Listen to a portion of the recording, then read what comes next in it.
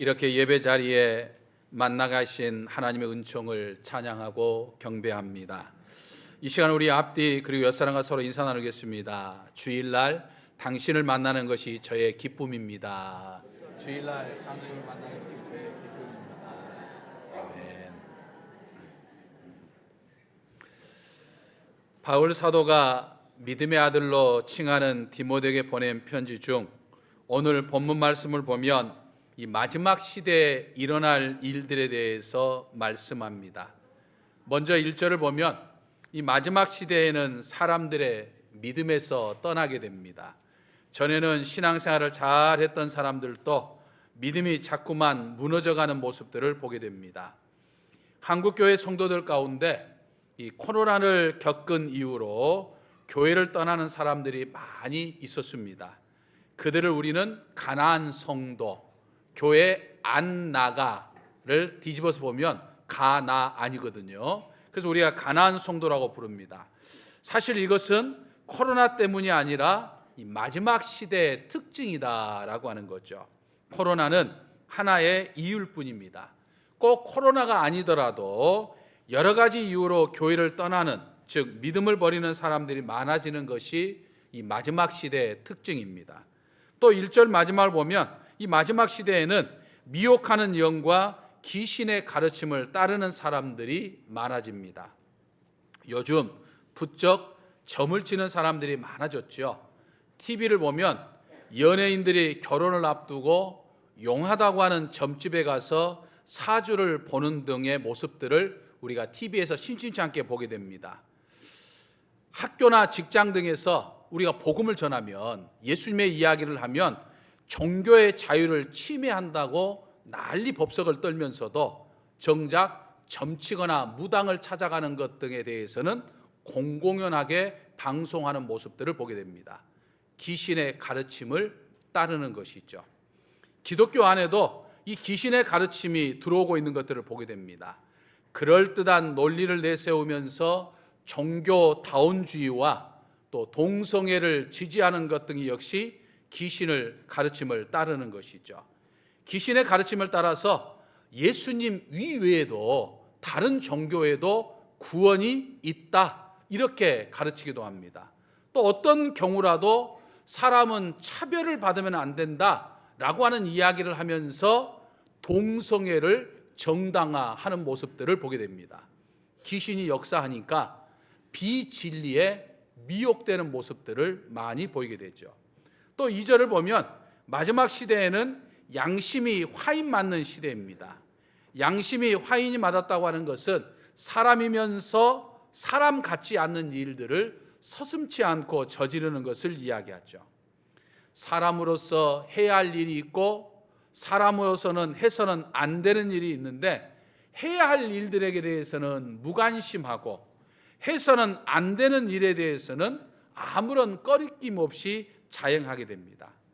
짐승만 또 못하는 일들을 저지른 사람들이 많아지는 것이 이 마지막 시대의 특징입니다. 또 2절을 보면 이 마지막 시대의 특징 중 하나가 거짓말을 밥 먹듯이 합니다. 요즘 사람들은 거짓말하는 것이 참 자연스럽습니다. 자기 스스로도 거짓이라고 하는 것을 알면서도 금방 들통날 거짓말이면서도 자신의 유익을 위해서 크고 작은 거짓말들을 너무나도 자연스럽게 합니다. 그래서 이 마지막 시대를 사는 사람들의 특징은 서로를 믿지를 못해요. 서로 신뢰하지 못합니다. 정말 저 사람이 이야기하는 게 맞을까? 의심의 눈초리를 바라보게 되는 거죠. 3절을 보면 마지막 시대에는 영적 분별력이 흐려져서 이 거룩함을 엉뚱한 곳에서 찾습니다. 거룩함을 위하여 혼인을 금합니다. 혼인의 유무는 거룩함과는 상관이 없죠. 개신교에서는 목사가 결혼을 합니다. 왜냐하면 거룩함이라고 하는 것은 혼인의 유무로 이루어지는 것이 아니기 때문이죠. 바울 사도는 독신으로 결혼하지 않고 거룩한 사역을 했고, 반대로 베드로 사도나 바나바는 결혼을 하고서도 거룩한 사역을 감당했던 것을 보게 됩니다. 초대교회 기록에 의하면 베드로 사도는 자신의 아내와 함께 예수 그리스도의 복음을 전하는 전도 여정을 다니기도 하였고, 이 베드로 사도의 아내가 이 베드로 사도보다도 먼저 순교했다고, 예수님의 이름을 전하다가 먼저 순교했다고 전해지기도 합니다. 그러니까 거룩함이라고 하는 것은 결혼의 유무와는 상관이 없습니다. 또 계속해서 3절을 보면 이 마지막 시대에는 거룩함을 엉뚱한 곳에 찾아서 거룩하려고 하면 어떤 음식은 먹어도 되고 어떤 음식은 먹으면 안 된다고 주장하기도 합니다. 그러나 4절을 보면 바울 사도는 하나님께서 주신 것은 다 선한 것이기 때문에 감사함으로 받으면 버릴 것이 하나도 없다고 그렇게 말씀합니다.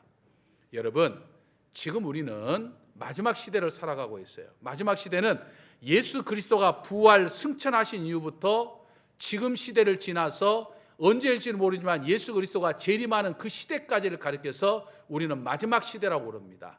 그래서 이 시대가 지금 2000년이 넘어가고 있으니까 굉장히 멀다, 오래다라고 생각하지만 사실은 인간의 눈으로 봤을 때는 2000년의 기간이 굉장히 긴 기간이지만 영원하신 하나님의 관점에서 봤을 때는 한 줌의 티끌도 되지 않는 아주 짧은 시간에 불과한 거죠.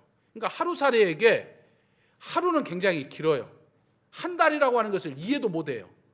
1년이라고 하는 시간도 이해를 못합니다. 그러나 한 계절을 살고 또 1년을 살고 수십 년을 사는 동물들은 하루와 한 달과 1년의 개념을 잘 아는 거죠. 마찬가지로 우리는 우리의 인생이 2000년이 긴 것 같지만 영원하신 하나님의 입장에 봤을 때는 아주 짧은 시간이에요. 지금 이 시대가 우리가 지금 마지막 시대를 지금 보내고 있다라고 하는 것이죠.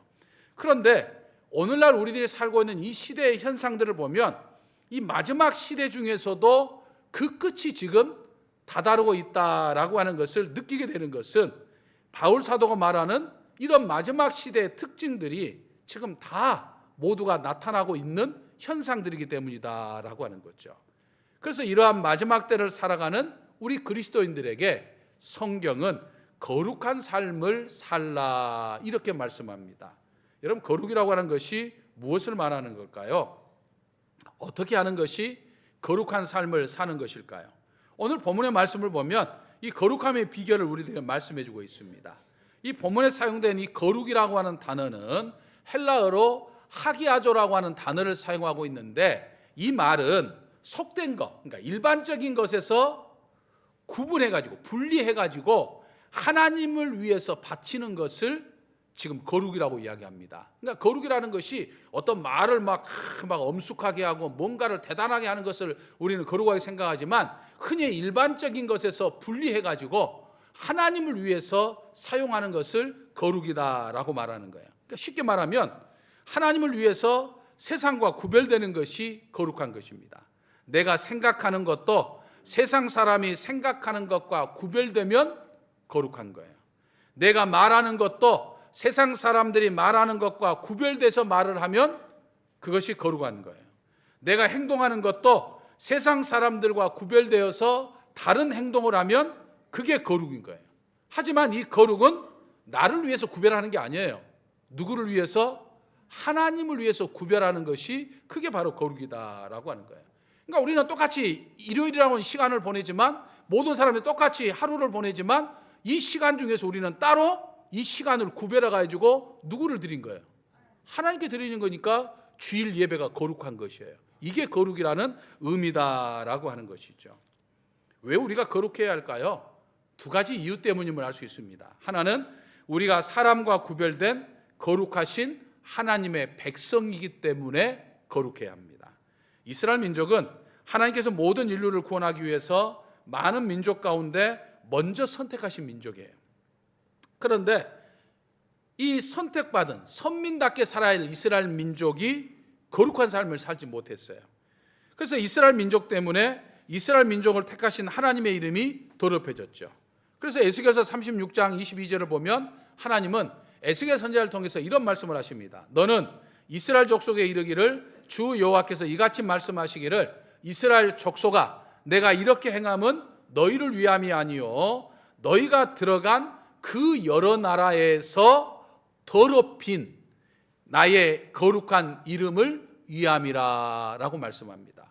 무슨 말입니까? 이스라엘 민족이 거룩함을 잃어버리니까 하나님의 거룩한 이름이 이방인들 가운데서 더럽혀졌다라고 하는 걸 지금 이야기하는 거죠.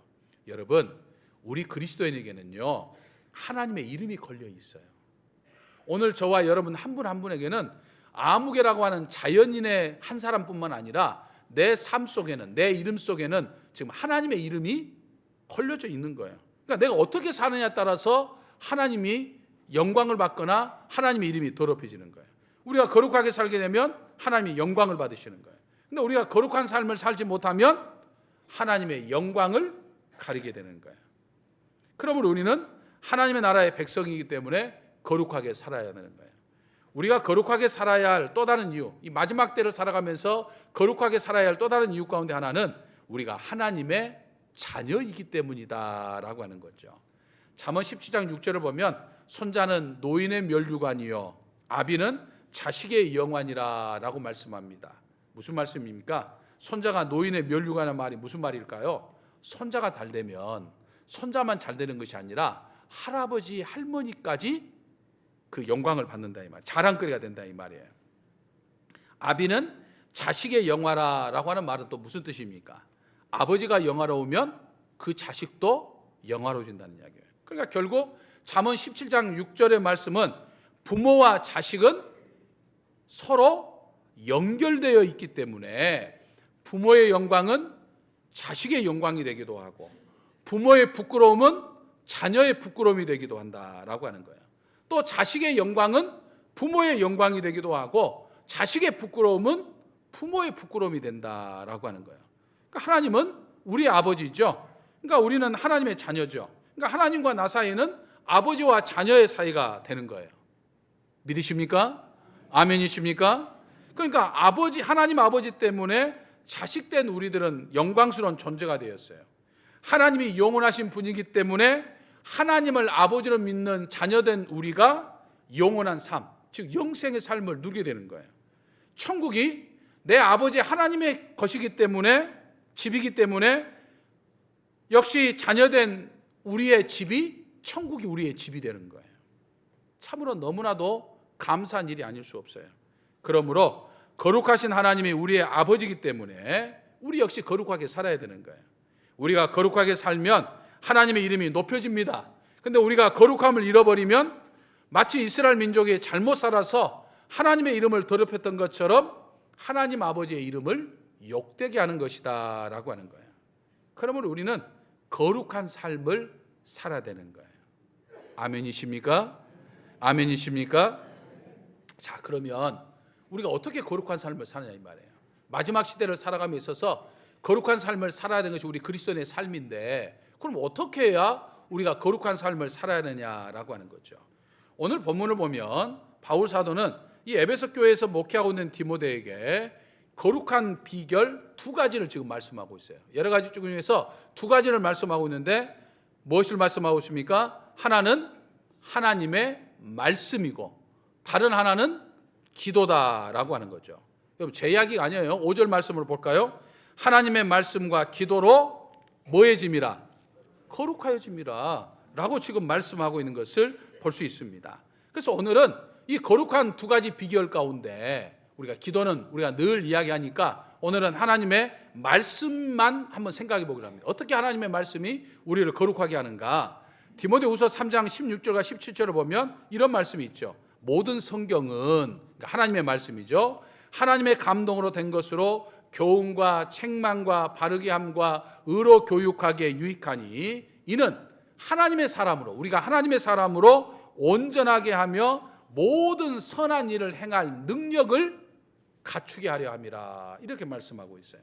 그러니까 성경에 기록된 이 하나님의 말씀, 그래서 이 기록된 하나님의 말씀인 성경은 우리 신앙생활에 유익하고 또 믿음의 사람으로 온전케 하고 또 모든 선한 일을 행할 수 있는 존재로 만들어준다 이 말이에요. 근데 이 선한 일을 행한다는 말은 거룩한 생활을 한다는 것을 의미하는 거예요.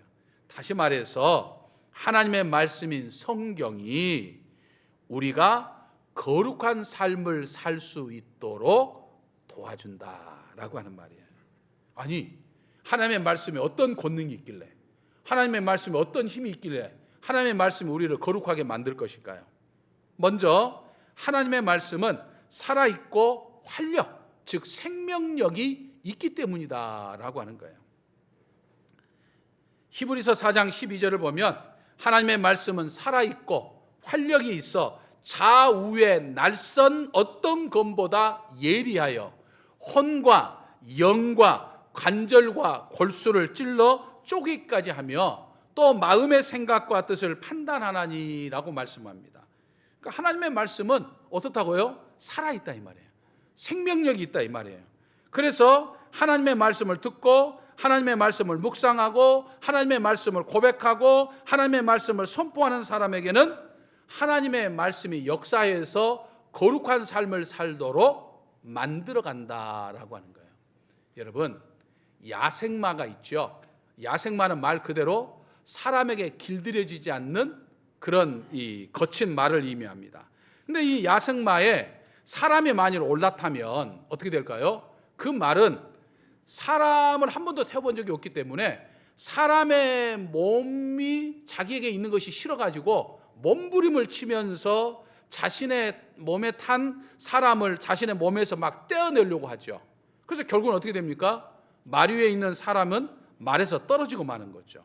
그런데 만일 노련한 조련사, 말을 늘 길들일 줄 아는 노련한 조련사가 이 말을 타면 어떻게 될까요? 말은 이 노련한 조련사에 의해서 제압을 당하죠. 그리고 조련사가 이끄는 대로 말이 움직이게 되는 것들을 보게 됩니다. 그러니까 여러분, 하나님의 말씀은 야생마 같은 내 마음대로 내 뜻대로 내 고집대로 살고자 하는 나를 길들이는 조련사와도 같다라고 하는 거예요. 그러니까 하나님의 말씀은 살아있고 힘이 있으니까 결국 하나님의 말씀이 내 속에 들어오면 나를 통제한다 이 말이에요. 나를 움직이기 시작한다 이 말이에요. 그래서 결국에는 하나님의 말씀을 가진 사람을 하나님의 뜻대로 움직이게 만드는 거예요. 그러니까 내 힘으로 하는 게 아니에요. 내가 거룩해지는 것이 아니고 하나님의 말씀을 가까이 하면 그 말씀이 내 삶을 통제하고 움직이고 이끌어간다라고 하는 거예요. 그래서 우리가 하나님의 말씀을 가까이 해야 할 이유가 바로 여기에 있는 거예요. 다음으로 우리가 하나님의 말씀으로 거룩해지는 것은 하나님의 말씀은 영혼의 양식이기 때문이죠. 마태복음 4장 4절을 보면 예수께서 대답하여 이르시되 기록되었으되 사람이 떡으로만 사는 것이 아니요 하나님의 입으로부터 나오는 모든 말씀으로 살 것이니라 이렇게 말씀하셨어요. 그러니까 사람은 떡으로만 사는 게 아니라 하나님의 말씀으로 산다라고 하는 거예요. 우리 사람은 영과 육으로 되어 있죠. 그러니까 흙에서 온 몸과 하나님에게서 온 영으로 되어 있어요. 그런데 우리의 몸은, 우리의 육신은 양식을 먹지 못하면 힘을 잃게 되고 결국에는 죽게 됩니다. 그러니까 건강한 이 식생활을 잘 하는 사람이 건강해져요. 근데 사람이 먹지 못하면 기력이 빠지고 힘이 없게 되고 결국 어떻게 됩니까? 죽게 돼요. 우리의 육이. 그러니까 영도 마찬가지예요. 영도 양식이 있다 이 말이에요. 우리 영의 양식이 있는데 그게 바로 하나님의 말씀이다라고 하는 거예요. 그러니까 사람은 영적인 존재이고 하나님의 말씀이 영이요 생명이기 때문에 사람의 영혼은 하나님의 말씀을 먹어야만 건강하게 되어 있다 이 말이에요. 다른 것은 건강하지 않아요. 그래서 하나님의 말씀을 먹지 못하면 내가 인식하지 못해도, 내가 자각하지 못해도 하나님의 말씀을 먹지 않으면, 하나님의 말씀을 가까이 하지 않으면 내 영은 점점 힘이 없어져요. 육신이 힘이 없어지는 것처럼 내 영도 힘이 없어져요. 그래서 결국에는 내 영이 병들게 돼요. 그리고 결국에는 영적으로 죽게 되는 것과 같은 거예요. 그러니까 몸은 살았지만 영은 죽은 것과 다를 바가 없는 거예요.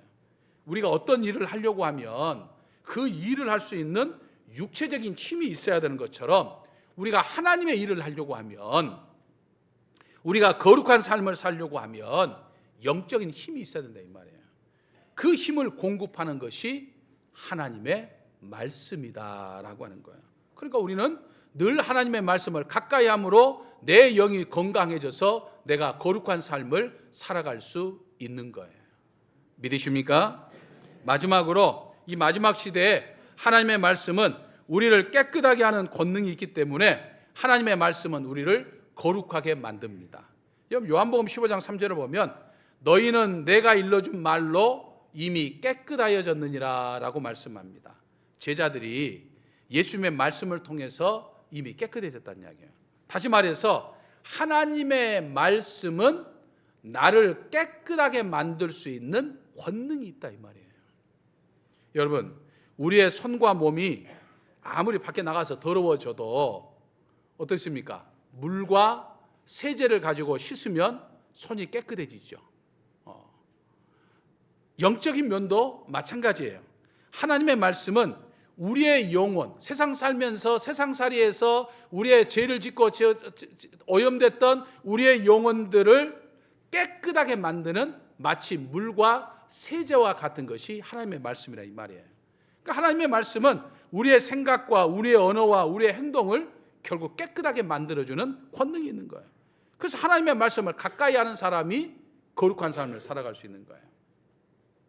한 손자가 할아버지에게 이런 이야기를 합니다. 할아버지, 저는 성경을 읽어도 아무 소용이 없는 것 같아요.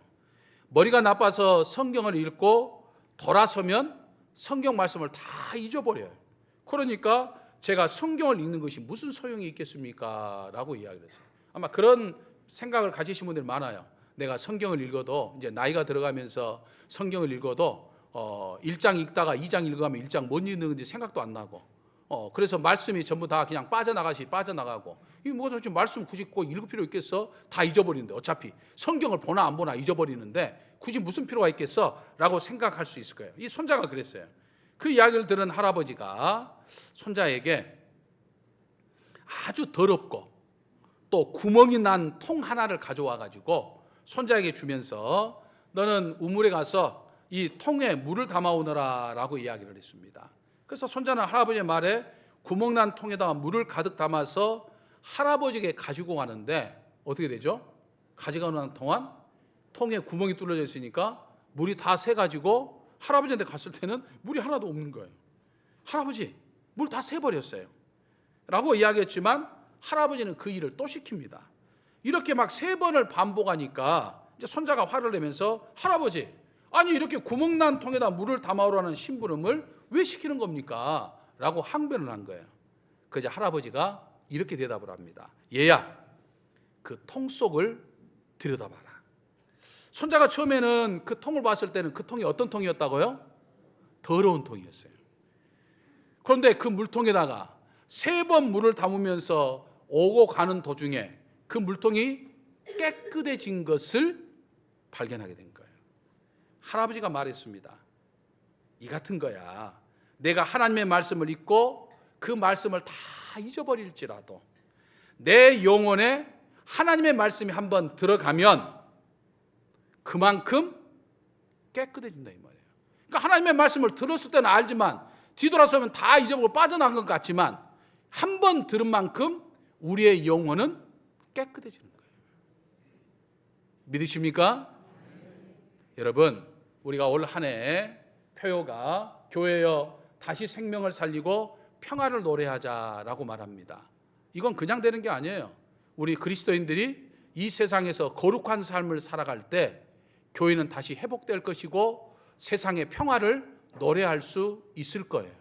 그러니까 우리는 올 1년 동안 거룩한 삶을 살려고 노력해야 되는데 그 거룩한 삶은 하나님의 말씀을 가까이 할 때 가능한 것이다 라고 하는 사실을 깨닫습니다. 그러니까 여러분들이 뭔가를 거창한 걸 하고 말을 거룩하게 할렐루야 해서 되는 게 아니라 이 말이에요. 어떻게 해야 된다고요? 말씀을 가까이 하면 된다라고 하는 거예요.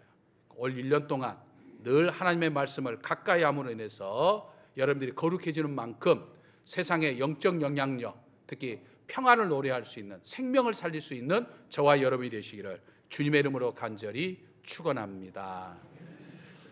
전능하신 내 아버지 하나님, 세상이 어지럽고 악하고 타락할수록 우리 그리스도의 삶은 더욱더 거룩해야 함을 깨닫습니다. 거룩한 삶을 통해 생명을 살리고 평화를 노래하는 영적 권능을 갖게 됨을 또한 깨닫습니다. 바라고나옵게는 바쁘고 분주한 세상 속을 살아가는 동안도 늘 하나님의 말씀을 가까이 함으로 저희들이 점점 거룩하게 하시고 저희들이 점점 거룩해짐으로 이 땅의 모든 생명을 살리는 영적 권능이 평화를 나타내는 영적 권능이 있게 하여 주시옵소서. 믿사옵고 예수님의 이름으로 기도하옵나이다. 아멘.